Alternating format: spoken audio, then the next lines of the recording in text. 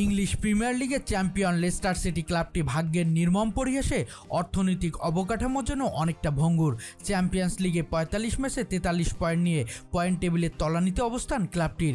তৃতীয় স্তর থেকে নেমে যাওয়া ক্লাবটি লিগ ওয়ান খেলে খেলোয়াড়দের বেতন দেয়া নিয়ে পড়তে হবে অনেকটা চ্যালেঞ্জের মুখে।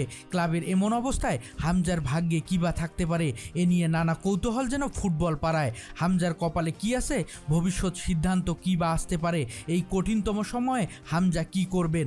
উজ্জ্বল ভবিষ্যতের অন্য ঠিকানা নাকি লেস্টার সিটিতেই থেকে যাওয়া?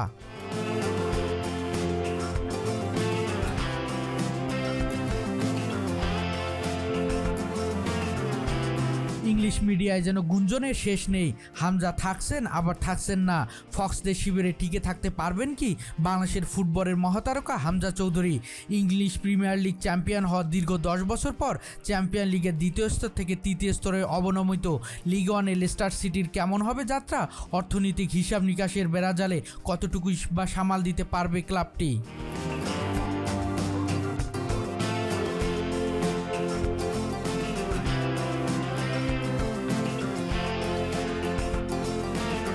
চব্বিশ দলের চ্যাম্পিয়ন্স লিগে ৪৫ ম্যাচে ৪৩ পয়েন্ট নিয়ে টেবিলে ২৩ নম্বরে এ যেন লেস্টারের বড় অপমানজনক অবস্থান। লেস্টারে এমন হতাশাজনক পারফরমেন্স দলের মান যেমন তলিয়েছে, তেমনি আর্থিক সংকটের রাস্তা তৈরি করে দিয়েছে। লেস্টারে এই রেলিগেশন ২৩-২৪ মৌসুমে আয় থেকে ২ কোটি ৮ লাখ পাউন্ড লোকসানের মুখে ফেলেছে। ৬ পয়েন্ট জরিমানার মুখে পড়তে হয়েছে ক্লাবটিকে। ২৪-২৫ মৌসুমে লোকসান বেড়ে দাঁড়িয়েছে ৭ কোটি ১১ লাখ পাউন্ড। ২৩-২৪ মৌসুমে ক্লাবটি আয়ের থেকে খেলোয়াড়দের পারিশ্রমিক দিয়েছে অনেক বেশি।